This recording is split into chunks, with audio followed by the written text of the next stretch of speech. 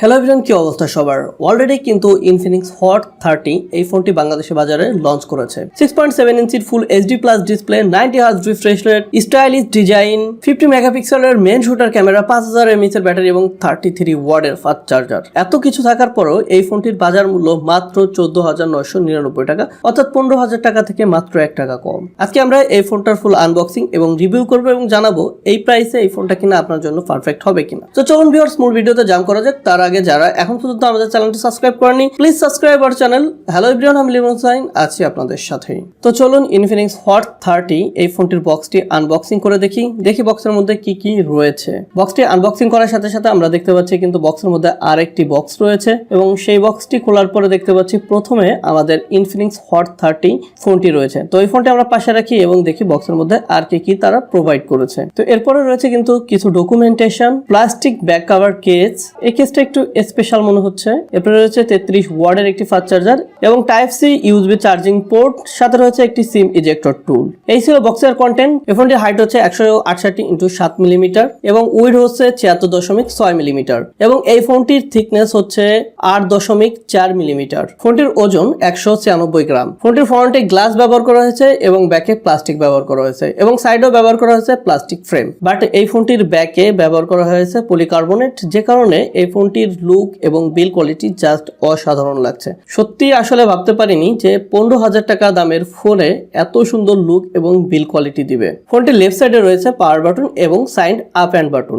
এই পাওয়ার বাটনটি মূলত ব্যবহার হবে সাইড মাউন্ট ফিঙ্গারপ্রিন্ট হিসাবে। এটার ফিঙ্গারপ্রিন্ট সেন্সর যথেষ্ট অ্যাকুরেট এবং ফাস্ট মনে হচ্ছে, প্রতিবারই ঠিকঠাক কাজ করছে এবং এটার পজিশন আমার কাছে যথেষ্ট পারফেক্ট মনে হয়েছে। ফোনটির নিচের দিকে রয়েছে 3.5mm headphone jack, primary mic, type C USB port এবং একটি মিনি স্পিকার। এছাড়া ফোনটির উপর দিকে একদম ফাঁকা রাখা হয়েছে এবং ফোনটির লেফট সাইডে রয়েছে একটি সিম কার্ড স্লট, যেখানে দুইটা সিমের পাশাপাশি আপনি একটি এক্সটার্নাল মেমোরি কার্ড ইউজ করতে পারবেন। ফোনটির ডিসপ্লেতে ব্যবহার করেছে IPS LCD capacitive touch screen. এটি একটি HD plus display, 90 hertz refresh rate, 500 nit brightness এবং 600 নিট পিক ইউজ করা হয়েছে।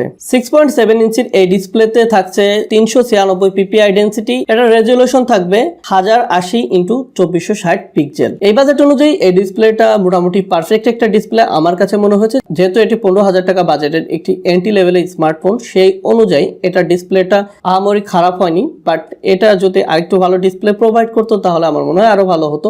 বাট এই প্রাইস অনুযায়ী এটা ডিসপ্লে যথেষ্ট পারফেক্ট এবং অ্যাকুরেট মনে হয়েছে। ফোনটি দুটা ভেরিয়েন্টে বাংলাদেশ মার্কেটে লঞ্চ করেছে, 4GB 128GB স্টোরেজ এবং 8GB 128GB storage. 4GB 128GB স্টোরেজের এই ফোনটির বর্তমান বাজার মূল্য রয়েছে 14,999 টাকা এবং 8GB র্যাম ও 128GB স্টোরেজের যে ফোনটি লঞ্চ করেছে সেটার বাজার মূল্য রয়েছে 17,499 টাকা। ফোনটির পারফরমেন্সের জন্য রয়েছে অ্যান্ড্রয়েড ভার্সন 13, XOS 12.6। ফোনটি প্রসেসরে ব্যবহার করা হয়েছে মিডিয়াটেক Helio G88। এটি একটি 12 ন্যানোমিটারের চিপসেট। এটা মূলত একটি অক্টোকোর প্রসেসর। এটা গেমের জন্য তেমন একটা পারফেক্ট না হলেও এটা দিয়ে আপনি পাবজি, ফ্রি ফায়ারের মতো গেম অনায়াসে খুব ভালোভাবে খেলতে পারবেন। তবে যদি আপনি একটু হাই কনফিগারেশনের গেম খেলতে চান তাহলে অনেক বেশি ল্যাগ দেখতে পাবেন। যারা গেমিং লাভার রয়েছেন তারা যদি এই ফোনটি নিতে চান তাহলে আমি তাদেরকে সাজেস্ট করব আপনারা 4GBর পরিবর্তে 8GB র্যাম এবং 128GB স্টোরেজের যে ফোনটি বাজারে পাওয়া যাচ্ছে এই ফোনটি নিন, কারণ এই ফোনটি দিয়ে আপনি মোটামুটি পাবজি, ফ্রি ফায়ার সহ অন্য গেম